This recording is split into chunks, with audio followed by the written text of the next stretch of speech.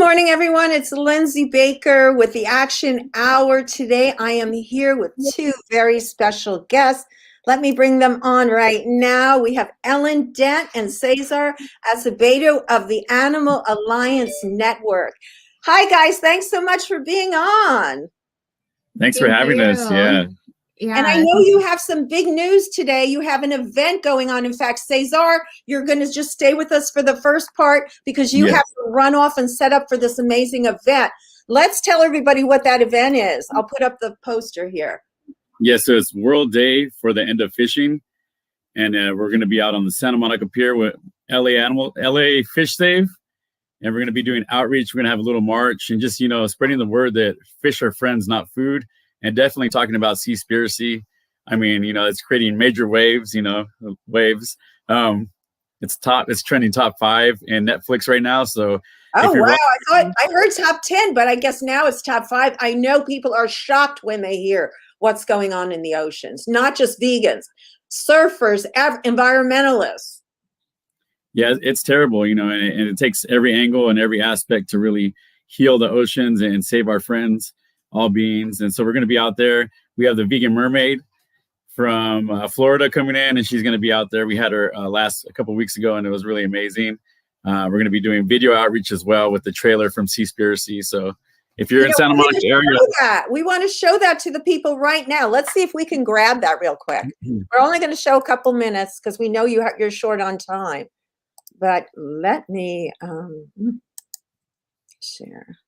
And if you don't have time to watch the whole movie, just click play and get it started, because you never know if that clicks in and gets pushing, because we got to push that movie as much as possible. Yes, here we go. Here's the trailer. I'm not used to this new way of doing this. Just give me a second. My name is Ali. I've been fascinated with the ocean for as long as I can remember. But this romantic vision that I always had of the ocean completely changed. I was forced to confront a side of the story I never knew, a story of just how huge our impact on the seas had become. Where are the big environment groups? They are deliberately not engaging with the most important issue of all. Can you turn off the cameras? Thanks. Would you say there's any safety concerns to me making this film?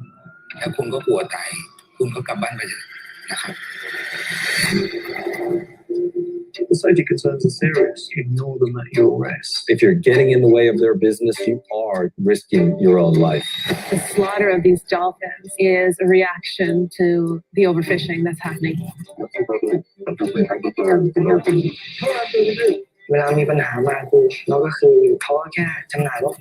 We hear a lot about blood diamonds. This is blood shrimp.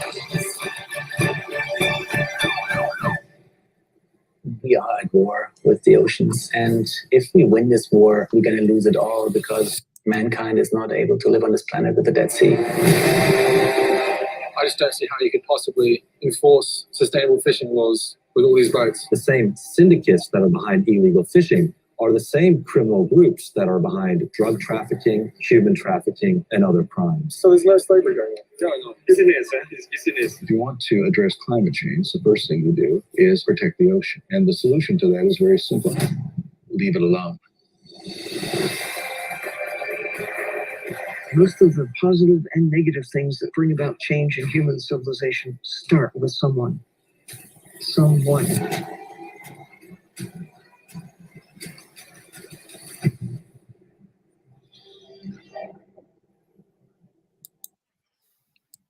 Amazing.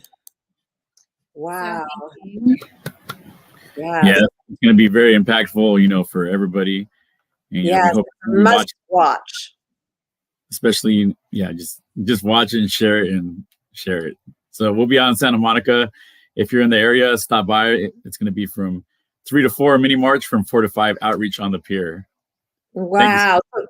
Everybody, please take some time to share this out. If you can make it, go yourself, come yourself.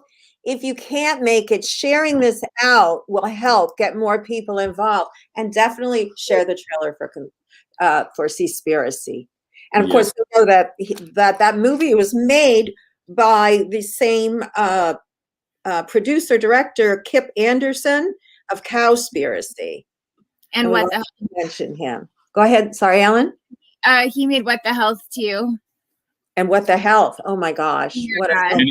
Yeah, he's definitely a power player. He's actually come to the vigils at Farmer John. So, really amazing, very humble, guy, very nice. We've seen him out at restaurants, and he's, said hi every time. So, yeah, really, really cool. And I mean, he's just making such a huge impact with his films. I mean, I don't even know if it's measurable. It's so big. So we're really excited about this film coming out. Yeah, and I think we should just tell people where they can see it. Also, we have the Facebook page where you can go to @Seaspiracy, and this is the page for the movie, and it tells you how to see the movie. Of course, it's on Netflix, really is accessible to everyone to see. And why don't we just go over a little bit what is so important about this? What's going on here with the ocean? I pulled this off of the Seaspiracy website, and these are the things that are most important. Do you guys want to address them as we go through these slides? Would you be willing to do that? Yeah. Sure. Okay, here's the first one. I mean, there's quite a few people that are under the term pescatarian. So can you imagine if they just cut out all the fish and ocean life and then, be vegan, plant-based, 100%? I mean, that's amazing. Yeah, I was a pescatarian for a while, not really knowing exactly what I was doing. So I wish I had seen, a film like this or a film like Earthlings, or Dominion that also show what happened to fish and what happens, what ends up on your plate, who ends up on your plate and what ends up inside of them.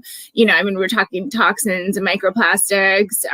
It's literally like unsafe. Like they are not to be eaten, obviously, because they're sentient beings. But even furthermore, there's actually parasites. I've seen just about anything you can imagine, and it's really horrific, the whole industry. And what I really like about this film is that it addresses the human rights issues as well that are involved in these industries. Just like the slaughterhouses, we still are dealing with human rights issues. And I hear that it's absolutely atrocious what they do to the workers on these ships and the people that they don't like. They are out at sea, so nobody's going to hear them scream as they fall off these boats. Let's just put it that way.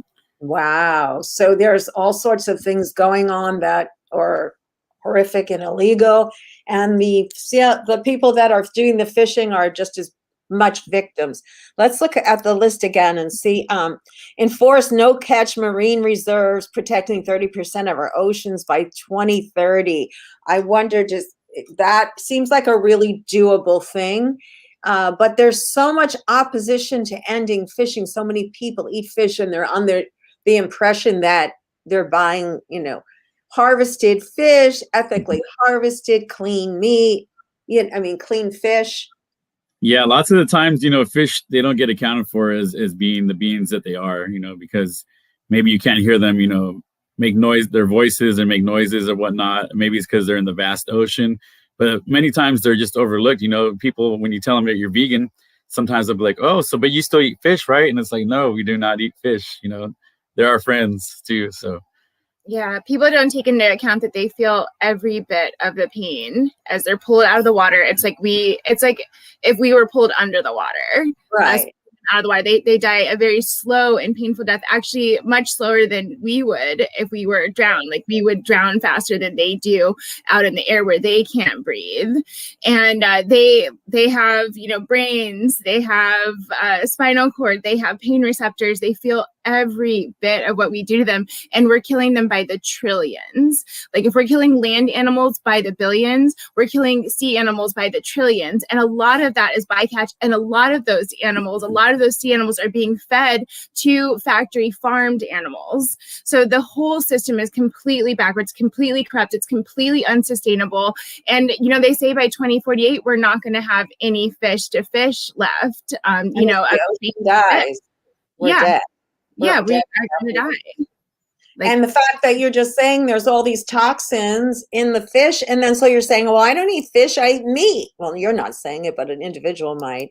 And so, but it's going in the meat because they're feeding it to the livestock or the cows, and we don't call them livestock, the animals, the beings that they're these. It's a horrific situation. And Lindsay. oh gosh, it's so heartbreaking. Let's just look at the slides here again, and it'll give us some more things. Fishing has wiped out 9% of the ocean's large fish. Fishing is the greatest threat to marine wildlife. 300,000 dolphins, whales, porpoises are killed by fishing operations per year. Fishing kills 30,000 sharks every hour. Long line boats set enough fishing line in one day to wrap the earth 500 times. Oh my gosh. 70% of macroplastic at ocean comes from fishing gear. Plastic straws only comprise 0.3% of the plastic entering the ocean. And bottom trawling releases as much carbon as air travel. Wow. Yeah, that's insane. I was speaking with the Island Girl Mermaid who's going to be out there today, Bianca, and she's a part of a mermaid crew. But she says, sometimes they'll be doing their thing and they go out to eat, and the other mermaids will say, "Oh, no straws," but then they order fish. So we really need to have people make the connection because, like they're saying, the planet's going to get destroyed and we're no longer going to be around. If the ocean goes, we'll probably be before it, So same with the rainforest, and it's just, there's no time to waste. And the documentaries are very impactful. They resonate very well. So just spread the word to check out Seaspiracy, and please follow LA Fish Save and just support and spread the word because we're talking about all of our futures, especially for the young, the youth. Yes. Well said. And today is a great day to kind of take part in this. This is your organization, Animal Alliance Network. We've got the seaspiracy.org if you want to learn more about the movie and how you can get involved in the movement. And also, we want to keep reminding people that they can come to the Santa Monica Pier. If you're just tuning in, you can come to the Santa Monica Pier today at between 3 and 4 p.m. for an amazing event. So tell us more about what's going to be going on there a little bit more. So we're meeting at the pier. We did a test run last week because the dates got mixed up. So somebody happened to be in town and we said, let's do it. So in a day we put an event together, but this one we've been working on for over a month and we're very excited. We're going to do a little march with about 8 vegan flags flying. And the ocean breeze is always out there really nice. So also a 30-foot banner, neon banner with large black lettering that says, "Love animals, don't eat them," because it's as simple as that. Just love them. So we're going to do a little march on the shore and then on the boardwalk, make it back a loop back to the pier. And then we're going to do some video outreach with the Seaspiracy trailer and other footage, from Dominion, things of that nature, and hand out little educational cards and tell people, you can live, I'm about to hit 8 years, my mom and I being veganism in April. So, we're still here, we're totally fine and healthy and happy, and add compassion and take out the cruelty. So we're going to be out there just spreading love and happiness with everybody. We have some amazing signs from the Save movement, and yeah, it's going to be a good time. So come on down. If your partner or your family is not vegan, everybody's welcome, because we're not going to tell anybody they can't come, because then you're kind of shoving them over there and we'll be in our vegan corner. We want the world to go vegan, so we open to everybody, and everybody has their journey. You have to start somewhere. Okay, well, I have a couple of questions for you. This is like, to most people, a very radical idea, right? And fishing, like the average person that knows nothing about what's going on in the oceans, has never seen any of Cowspiracy, Seaspiracy, any what the health, any of that stuff. What's the outreach? What will you say to them? Like, of course they eat fish. I mean, well, which tack do you think is the most important to take with someone that's just like totally unaware? Well, definitely want to fill them out and see where kind of get a grasp of where they're coming from. But, even if it's just a fisher one fishing person, fisher trying to catch a fish, all the beings matter. But on the large scale, these industries, they're raking the grounds, the ocean floors, and they're destroying the reefs. And I can't believe you can wrap the nets around the earth 5 times for one day. I mean, that alone, definitely going to be saying that out there today, because, you know, it's not just going out there and getting a couple of fish. When you see these videos, they're getting all the animals of the ocean. They're destroying the habitat, you know, the environment, the ecosystem. And just, you know, tell people that there is plant-based versions of fish. Soul Cuisine makes these amazing fish like strips, and we make Baja tacos with them. So we're not changing traditions or heritage or anything. We're just adding more compassion and taking out the cruelty. All the flavor and seasoning still there. So we're definitely going to get people thinking, and there's a lot of traffic out there, so it should be amazing. Check out. We'll be live also. So I was talking to someone on another social media platform who is trying to lose, they are morbidly obese and they're trying to lose weight. And part of their struggle is to share on social media. And I mentioned to them if they ever thought of going vegan. And this person is so sincere about losing weight, and when I said that, it was like how ridiculous. No, he didn't say that, but he said, and he also brought in his culture, that he was Mexican American, and the food, they're used to their pork. And I just really don't even know where to start at that point with someone, you know. So that's what I was asking, like how you guys approach that, because I'm sure you get asked that or face that a lot. I'll typically throw tamales out there because everybody loves tamales, and typically with that background, that's a big part of their family, you know, especially around the holidays. So I'll say, you know, we still make these amazing tamales. The hojas come out clean. There's not all the grease, but bottom line, it's full of compassion. You know, nobody has to get harmed. And just tell them the flavor and the heritage is there. But because, you know, what else they'll be passing through the heritage is the disease and things of that nature. You know, it's not really hereditary. Most of the time it's heritage. So when I saw forks over knives, vegucated, you know, and I had seen my grandmother go through, you know, diabetes, heart disease, same with my uncle, where they start losing toes and things of that nature. At the age of 33, I said, I saw it and I was like, I'm vegan. So overnight I went vegan, told my mom about it the next morning. She went vegan also. And the journey continues. You know, the thing you'll hear vegans say the most is, I wish I started earlier. And it's never too late, never too soon, but now is the time. It's true. It's true. And I'm so happy I'm vegan. And I love the fact that the people around me are picking up on it. I think the cooking shows are another really good way to get people on board, because that's the first thing they say, what am I going to eat? You know, so the cooking, giving them that alternative is always the biggest part of it, I think. Yeah, people are scared that they're just going to be eating tofu and salad, and there's nothing wrong with tofu and salad, you know, throw it in the air fryer or whatnot. But yeah, you got to show them. I think if you get somebody's palate going, they'll love it, because you could be at a party and take a dish and they'll eat it all up and say, I need this recipe. And you give it to them, never say the word vegan. And then before you know it, it's their favorite recipe and it's vegan. You know, before you know it, they have 3 dishes that are vegan on their table, you know. So, or you can just tell them it's vegan, because vegan is cool nowadays. It's the cool thing. It is. It's becoming more popular, thankfully. So anything else you want to tell us, Cesar, before we let you go? Because I know you have to go, and Ellen's going to stand and talk about Animal Alliance Network and so forth. But if you have to leave, I don't want to hold you. If you can stay, great. I'll probably let Ellen take over. We just check out LA Fish Save, Animal Alliance Network, and you know, we appreciate all the support. Together we make a difference, and you know, just have that conversation with somebody, because you never know how far it'll go. It's like throwing a pebble into a pond. The first ripple and then the second ripple, you can send ripples across the world. So thank you for having me, and have a great day. Good luck today. Thank you. Yes.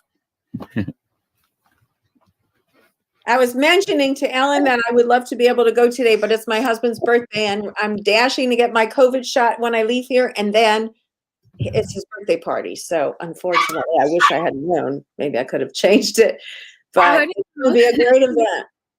Yeah, no, you have to have your husband's birthday. That's not gonna, you're not gonna be able to get past that. So it's okay. Next event you can come. You know, and I just want to add about the outreach, that I think it's like really important to use the Socratic method, which is where you ask people questions, you know, and you really get them involved in the conversation. I'm sorry to interrupt. Give us an example. Like, I'm not vegan. What's all this talk about being vegan? I'll be the person.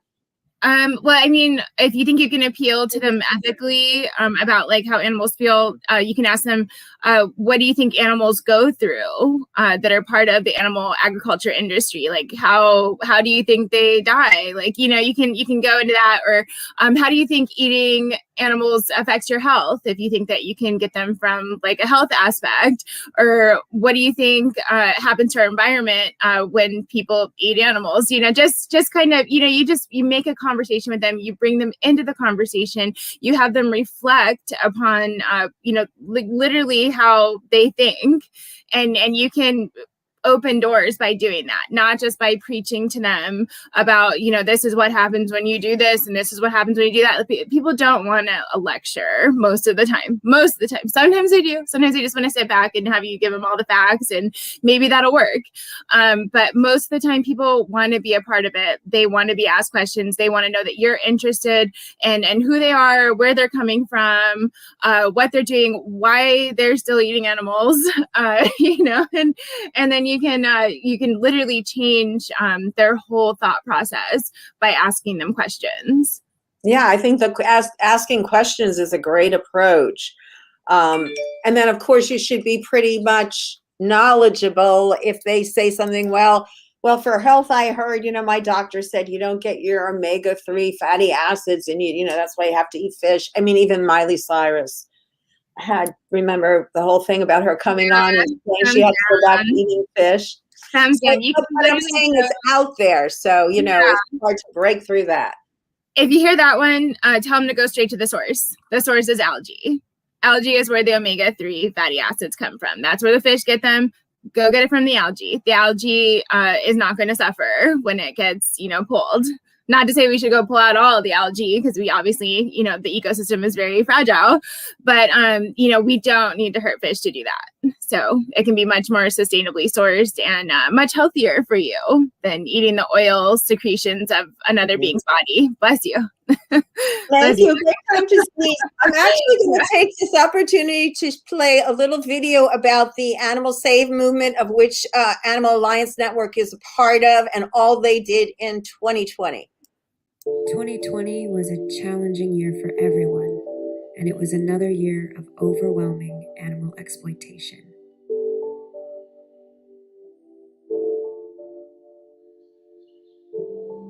Animal Save movement, a love-based vegan community building a just world for the animals, the planet, and health, continue to hold animal vigils around the world to bear witness to an increasing number of animals. In 2020, Animal Save movement turned 10 years old. Our first chapter, Toronto Pig Save, formed in December 2010 when co-founder Anita Kreitz adopted Mr. Bean and witnessed sad, frightened pigs en route to a pig slaughterhouse in downtown Toronto. Informed by Leo Tolstoy and Mahatma Gandhi, they made a promise to bear witness 3 times a week, share the animal stories, and ask every community with a slaughterhouse to hold vigils and organize. Through the power of community organizing, coming close and trying to help, we can close all slaughterhouses. While COVID-19 spreads, Animal Save Movement's mission to end animal agriculture and reforest the earth continues. This year, activists had to adapt and find new ways to inform people about animal rights, including internet activism, challenges, talks, and trainings. Activists around the world took the Coronavirus Confinement Challenge to simulate the confinement experienced by farmed animals. Although we can't mirror their lifelong pain and suffering,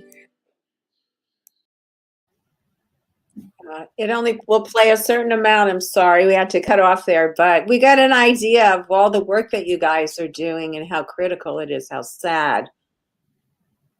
Wow. Yeah, I was just going to say, bearing witness is so incredibly powerful. You know, and the Animal Save movement is making that happen all around the world. There's about 1,000 chapters just in the Animal Save movement alone. There's also a Climate Save movement and a Health Save movement. And yeah, literally, yeah, right there you can see 1,000 chapters. And then we're all doing the same thing all around the world, which is bearing witness to the victims of animal agriculture outside of slaughterhouses, outside of live markets. And I will say that I encourage anybody and everybody to go to a vigil, because being there, seeing them, looking them in their eyes, you know, even smelling the environment that they go into, it's just, it's so much more powerful than watching a video. Sometimes a video is all it takes. You know, sometimes you see a video and they're like, oh no, I'm not taking any part in that. And sometimes it's enough. But I can tell you that going to a vigil is absolutely life-changing. And I recommend that to everybody, you know, whether they're pre-vegan, you know, hardcore vegan, or, you know, just kind of like feeling it out, like don't really know where they fall into that, in those categories. But, you know, I definitely encourage everybody to go. Definitely. And I was going to say, and to bring people, if you are vegan, like there's a couple people, if my cousin comes out here, definitely bring her, because she's on the borderline of vegan. And then I think my mom's nanny, I might try to bring her to one. Yeah, it is quite different. I mean, my impression was it's like seeing dogs, because I have rather large dogs we've had for a long time. And it's like our dogs in there, you know, it's, people can relate to that. Not that it's dog is more important than a pig. To me, there certainly aren't, but people can make that, you know, the speciesism thing However they make that connection. Yeah. Whatever that takes for them to break out of literally the matrix, you know, like literally the programming that we've been given, you know, that some animals are for us to love and some are for us to eat. And it's just simply not the case. These pigs are so sweet. They're so smart. They're even smarter than dogs and cats in most cases. So people need to realize that. And when they come and when they see them in these trucks, when they see their little snouts coming through the holes in these trucks, when they see their eyes peering out, when you see how thirsty they are and how desperate they are just to get a drink of water, or maybe even feel the touch of, you know, somebody's hand. A lot of times I've had them not even want the water. They just want to be touched. They just want to be comforted in those last moments. Well, luckily they don't know it's their last moments, but they do find out. Yeah. Yeah, but they're just completely broken. Like a lot of times their spirits are just completely broken on these trucks, just like ours would be. They've never been outside of a warehouse that doesn't even have windows in most cases for their whole lives, which is only 4 to 6 months. They're only 4 to 6 months old. They may look the light of day.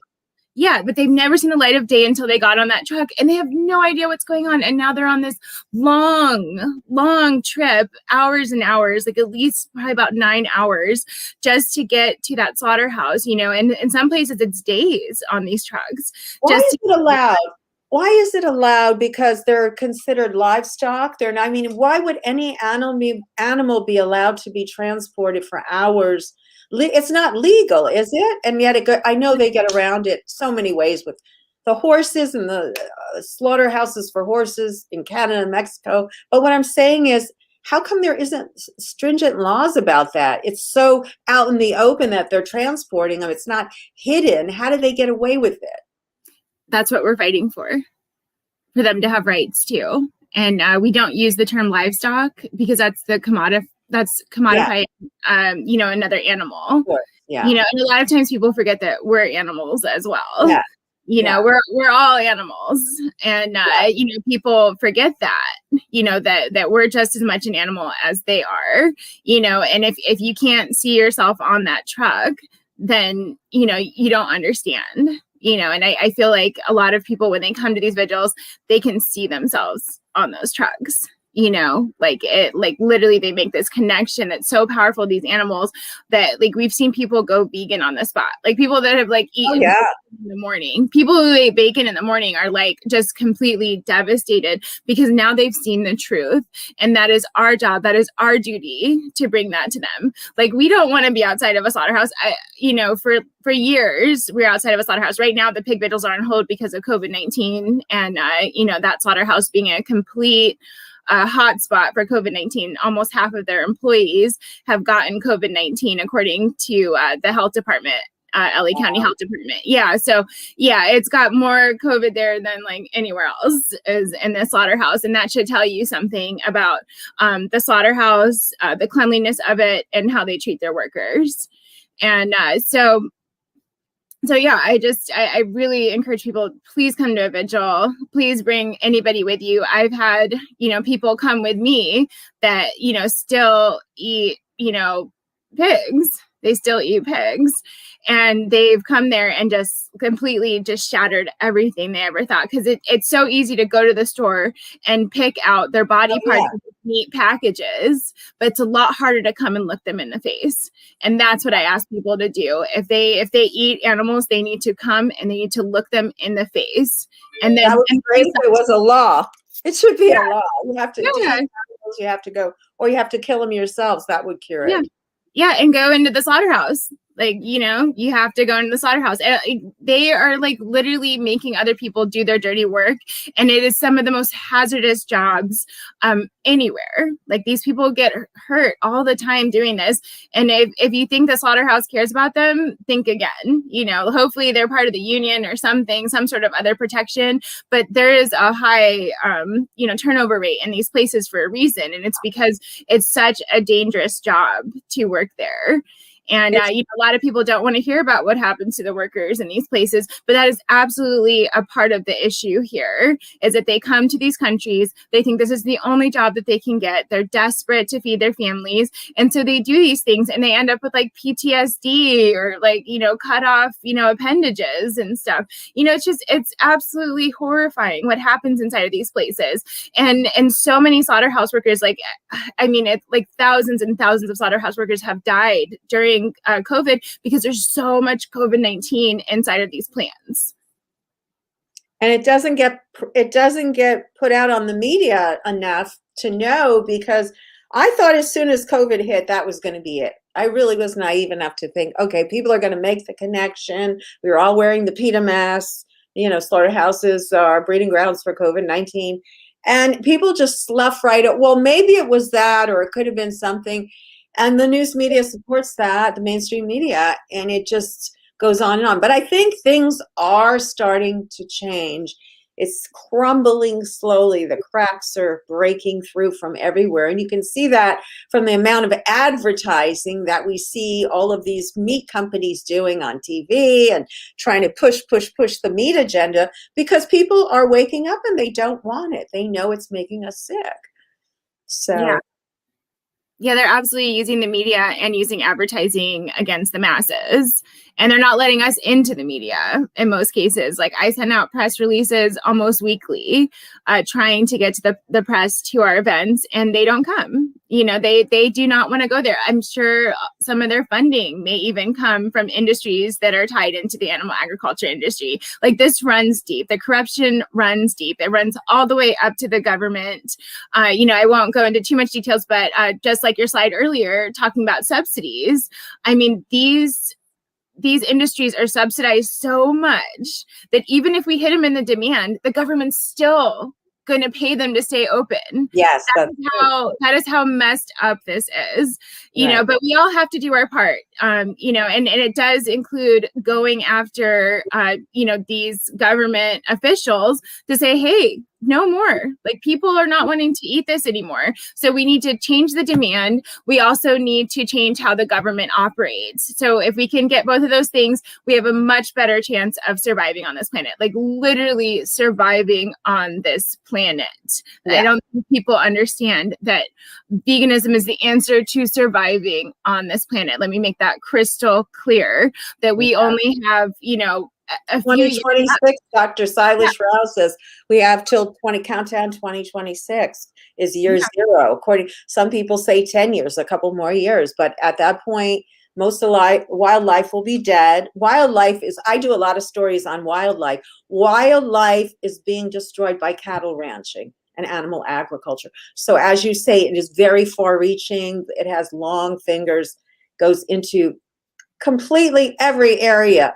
Human rights, starvation. People are starving because we have to feed animals, I don't know how many times their weight to, in what they produce. It's all absurd and broken. And we're hoping that bringing stuff out like this is going to help. And we know it does. And Yeah. thank you so much for what you do, Ellen, every week. So the vigils, why don't we tell people about when the vigils are and so forth? Yeah, right now, that don't know. yeah, no, absolutely. I just encourage everybody to go to thesavemovement.org to find the chapter nearest to you, because I know a lot of people aren't near LA. But if you are near LA and you want to go to a vigil, they're still being held by LA Animal Save. So they have a chicken vigil and a cow vigil currently, and those are kind of alternating weeks. And then also Orange County Animal Save has their chicken vigil, which is every Friday night. Just check on Facebook, make sure that that's going on before you go.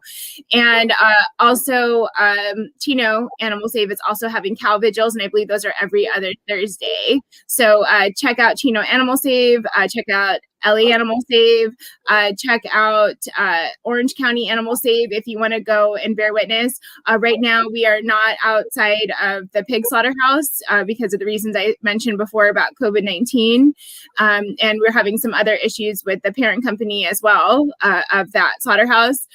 But we are hoping to start those as soon as possible. So stay tuned on LA Animal Save, on Animal Alliance Network, and we will let you all know as soon as we start going back out there again, because we absolutely do want to get back out there again.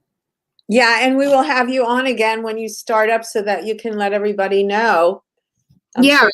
Here. Now, is someone covering the event today? Will there be a reporter from Jane Unchained?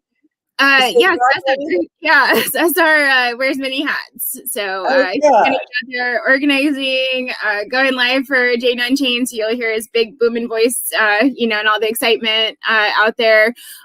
We did reach out to the media, so we're hopeful. We did have a big station reach back out to us to possibly come. So a big popular mainstream station. So we are very hopeful and crossing our fingers that they come, but we won't jinx ourselves by saying that they're coming or announcing that. So, we're trying our best to. It is a worldwide event, isn't it? Like I found this when I was searching around. It's going on everywhere. Is that correct? Yes, absolutely. I believe it started in Switzerland. I may be wrong, but the World Day for the End of Fishing, it's been around since 2017. And the Save Movement, Animal Save Movement is partnering with them to, do this day as well. So Animal Save Movement is having actions all around the world. So, just if you look through your feed, make sure to follow all the Animal Save Movement chapters, and you'll be able to see all these really exciting actions they're doing. I saw like a bunch of activists, I forgot which country they're in because there's so many, but they were like covered in nets. And I thought that was like the coolest thing, that they had covered themselves in the nets. A lot of the issues with that industry, it all comes back to the nets. The straw is nice. It's nice to refuse a straw, but you literally need to refuse eating sea life because those nets are leaving more plastic in the ocean than there are fish. Oh my God. Just really horrendous. Yeah. So, that made me lose my train of thought for a moment, but we do want everyone to make sure and check that out today. You can attend. Oh, what I was going to say is I can't go, but I'm going to watch from home and share. Please share this video. Also, one way that you can help is to promote this event. So it's happening all over the world. And some of our viewers are from all over the world. So find it on Facebook. If you're local to this area, definitely tune in. If you can't be there, support it, share it out so we can get the word out as much as possible. Yes, please. It's a very important event, and it's going to make a big impact. And the more people that see these movies, they watch all these movies, they watch New Day, New Chef, they learn how to cook, and we can change the world within a few years. I mean, look how much benefit there was from unfortunately, COVID got people off the roads and things started to get better. So it won't take long. Once we make that change, things will turn around. Absolutely. And we can prevent the next pandemic. You think this is bad, there's worse things out there. And we could literally, start a pandemic inside a factory farm or a slaughterhouse. So people need to know that, it doesn't just have to be a wet market somewhere on the other side of the world.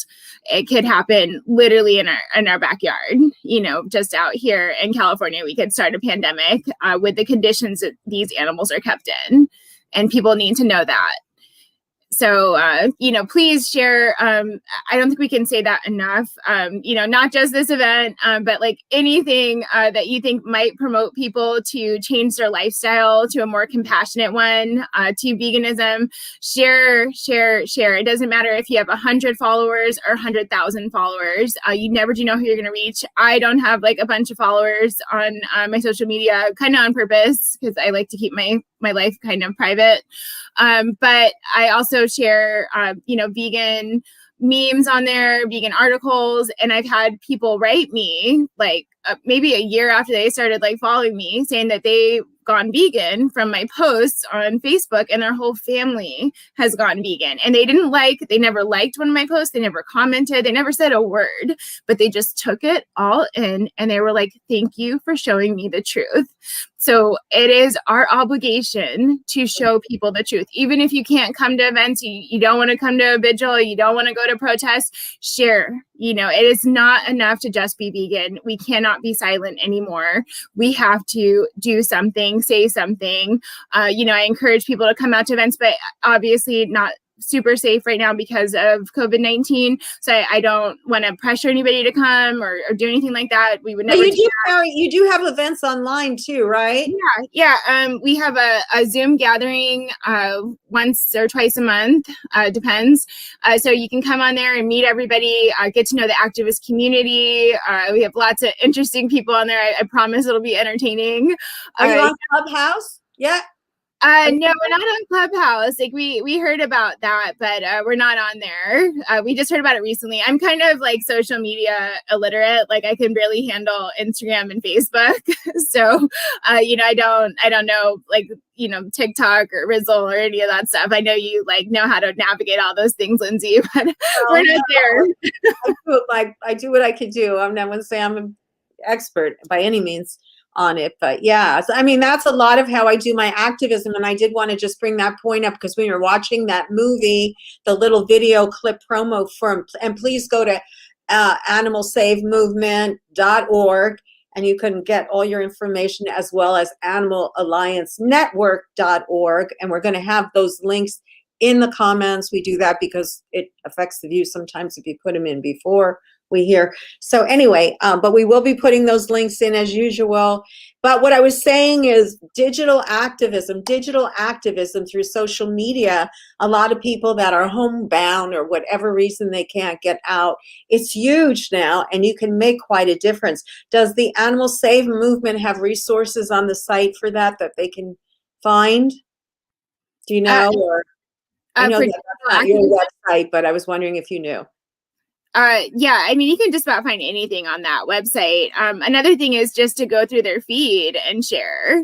Like they have so many powerful posts every day. All you have to do is either repost or share onto your page. And you won't even possibly know the people that you impact. They may never say anything, but just know that by putting that in their faces, you've impacted them. A lot of people, like they change their social media when they go vegan because they just don't want to deal with all the people that, would, kind of be against their new lifestyle. I didn't change mine. Yeah, I didn't change mine. I still have the same old social media with my old high school friends and everything on there. So yeah, they get it in their face like almost every day for me. Not so much on Instagram, but on Facebook, it's very easy just to click share. Like, it's like, it takes like maybe a minute of your time at the most. Yeah. And if you could just put a sentence at the top, that helps too, a little bit, in the top, but even just sharing is great. Yeah. Yeah. So, get it in their face however you can. Like whether you talk to them directly or like you said, you don't say anything, but in their mind, they're thinking. And I've had that happen too. And that's wonderful when it happens. Yeah. The truth is right there. And it's not something that a lot of people are putting onto their social media for these people, because most of their friends probably still eat meat, and it's like that tiny little 1 to 2% that is vegan, that needs to speak up.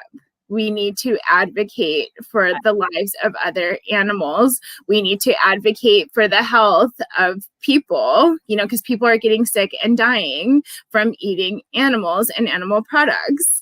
And we also need to advocate for the environment. And, I just want to say really quickly that I encourage everybody to go out and follow Youth Climate Save.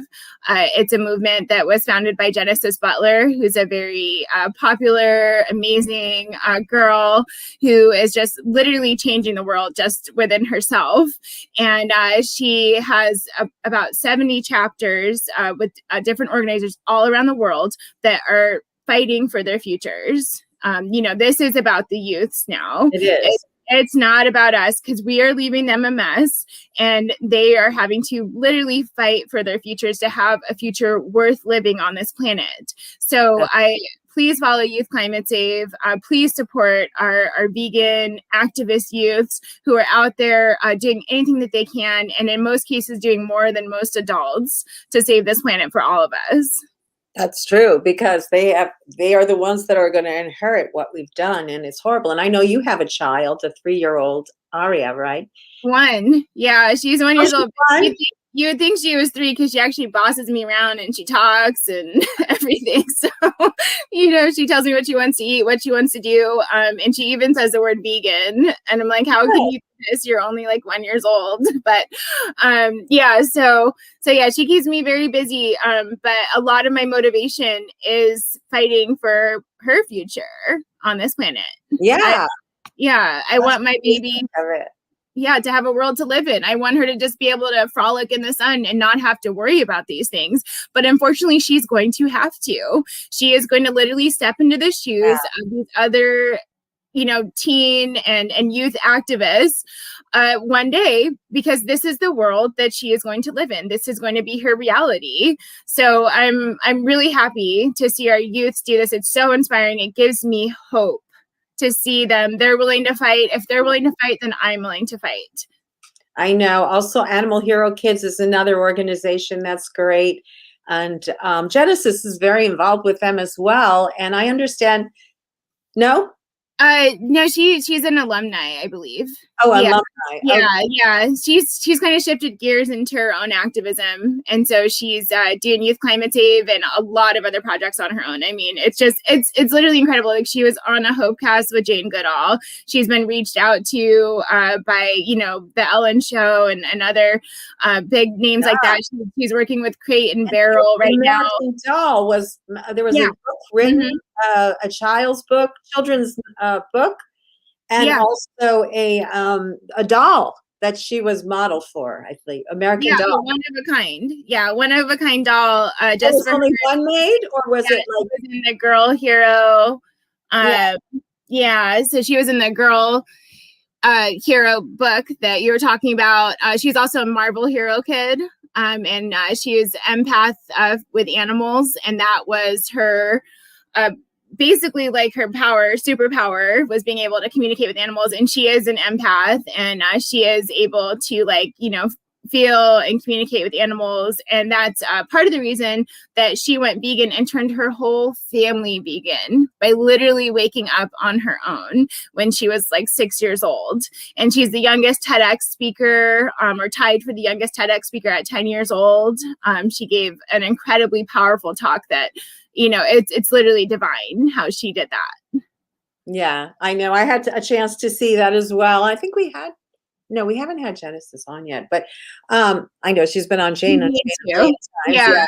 You need to have her. yeah, definitely. But I was going to say, it's just, that's what's the hope for the future, and the fact that it is easier for children to convert their parents, because one of the stopgap almost always that I've run into when talking to people, my hairdresser, lots of people, they were all for it, and their kids were picky eaters, and then they tried it for a little bit and failed. So, and I'm still trying to work with them. I don't see them as often, but that happens. But if the children are on board, then the family flips. It's great. And that there is so many of the younger generation now, Gen Z, that is leading that fight. So we do have hope, thankfully, there. That's true.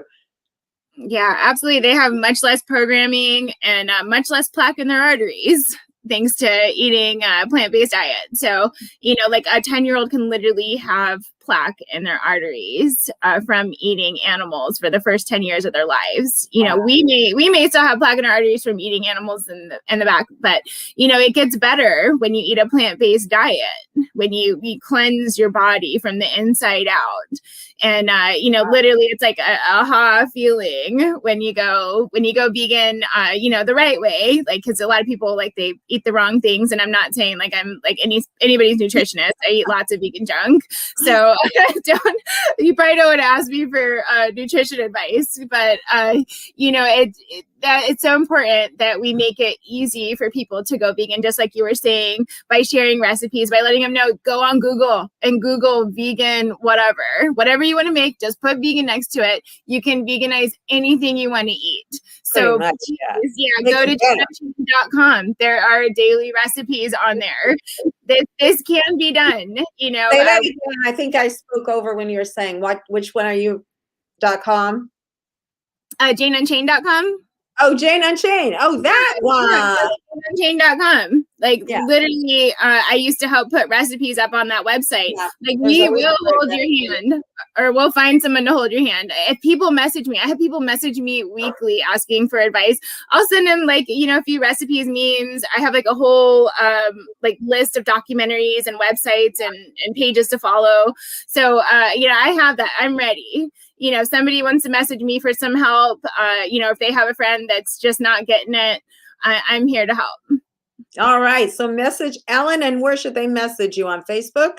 Yeah, Facebook, Instagram, through Animal Alliance Network. You can ask for me. There's like 7 of us on there, but hopefully the message will get through to me. And if not, just find me on there and I will get to you. And we'll have to have a cooking segment. Tom is requesting. I am going to be on next April 15th. I'm doing a cooking segment, Tom, on Lunch Break Live. But we'll have to have Ellen on when I move into my new house. Yeah, for sure. I'm not cooking though. I'm kind of a disaster in the kitchen. Yeah, it's like a tornado goes through there. So, yeah. I feel a lot better because now that I'm vegan for 7 years, I've learned to make some good stuff. So I'm pretty happy. But I never liked cooking, but now you get to enjoy it. And now I'm going into level 2 where I want to start growing my own veggies and fruit. Yeah, and you don't have to worry about like salmonella or, E. coli and stuff because you're not eating, poop essentially when you go vegan. So, you're not eating fecal matter. So you don't have to worry about that. You can wash off your vegetables, make sure to wash them really well, because you never do know with like runoff and manure and stuff like what they're doing on these farms. But when you're not eating an animal that, poops, does all the things that we use to wash your vegetables, Ellen? You run them under water for like 15 seconds, usually enough to clean them off.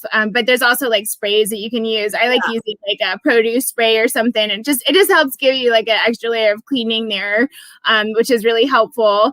But, just it's a lot easier to clean your vegetables than it is to like clean meat. You can't clean meat. Like there's no cleaning the fecal matter out of it. And there's studies that show that there is fecal matter in meat, so like, doesn't matter how much you cook it, you're still eating cooked poop. So yeah, not to ruin Once you become vegan for a while, the mere idea of eating flesh is so repulsive, and bones and ligaments and tendons and all that stuff is so repulsive. Yeah, because it's not what we're supposed to be eating. No. We're supposed to be eating what we can forage, and that's not animals or their secretions. So, we were talking about that, about how many children, if you give them the choice, would not eat meat, and why so many children are fussy eaters. I was like that. I hated to eat because I hated meat. And I didn't realize it. When I got older, I started eating meat, I just got indoctrinated. It happened. Same here. I wouldn't eat anything with a bone in it when I was like a little kid, like all the way up until like maybe I was like 10 years old. Like if it had a bone in there, and even afterwards, like if I hit like a piece of like gristle or bone or a bone chip, if it was like ground meat, I was done. The meal was over. I was disgusted, and I didn't know why. Yeah, you don't put it together. Yeah, like right there in front of your face, you don't put it together. Yeah. Yeah, I stopped eating meat essentially because it grossed me out. Like at least terrestrial meat. I was still eating like fish and seafood, unfortunately, because I hadn't made the connection. I thought that I had to eat that to be healthy. They tell you need to eat like some sort of animal protein to be healthy. So I was still eating fish and seafood, but I had stopped eating meat because I was so tired of getting foreign objects in my mouth. Like bones and gristle and fat and stuff. It was disgusting me. And I there was still no connection made there. I had no idea. I was still like wearing all the leather and other terrible things and doing other terrible things. But I just literally, something in the back of my brain was like, you know what? I don't eat this anymore. This is gross. Yeah, we all have our epiphany one way or another. Mine was, I started off vegetarian. I don't know. I just got less and less years ago. I was vegetarian, and then I never knew anything about veganism. I thought it was an extreme. I thought I didn't bother to find out, like so many people, about dairies. Cows are raped, systematically for milk, all that. I didn't know that. So I was drinking milk, I was eating eggs, and I was eating fish for a long time before I stopped. But meat, yeah, I guess I made that connection. Yeah. I didn't. I had no idea until I went to like a vigil, and I was already vegan at that point because I had a roommate that had been vegan for 10 years. And I was like, oh, wow, maybe if we just eat the same thing, it'll be a lot easier to live together. So that's literally why I went vegan, was out of convenience. Yeah. And then I was online, and I had some friends from Phoenix, and they just happened to be in LA, and they went to a pig vigil. And I was like, wow, I need to go check that out. I need to go see what's happening on the front lines of veganism as part of my journey. And I went there, and I like literally have like not been able to leave. Like my heart shattered there, and it got left there. So I decided that, this was going to be my fight. Like I didn't have that much purpose in life until I saw what happens to these animals. I was like, wow, this is so incredibly wrong. I'm going to fight for them with everything that I have. And then to find out that there's so much more to it, given the environmental aspects and given the health aspects, like I had no idea what I was stepping into when I walked up to that pig vigil with my little bottle of water in my hand. I had no idea. Like literally all the walls came crashing down, and I realized that this was what I had to do. Like over anything else in all of the world, over anything like silly and superficial and, just laughing, like literally everything around me changed. And that moment when I saw that first truck pull up full of these innocent, sweet babies who deserve better than to be killed to end up on somebody's plate or otherwise. Yeah. Yeah. Well, Ellen, believe it or not, we are at the end of our hour. Yeah. Thank you so much for coming on. I hope your event is a huge success. I'll be watching, sharing. I'm going to do a watch party with it from my husband's party here. I wish I could be there with you guys. But definitely we'll be looking for that on facebook.com/Jane Velez, VELEZ Mitchell. Watch it as well, and please share it out, everyone. And thank you for watching. Come back next week for another amazing guest on the Action Hour. Bye, Ellen, and thanks for coming on. Thank you, everybody. Thank you. Thanks for watching, everyone. See you next time.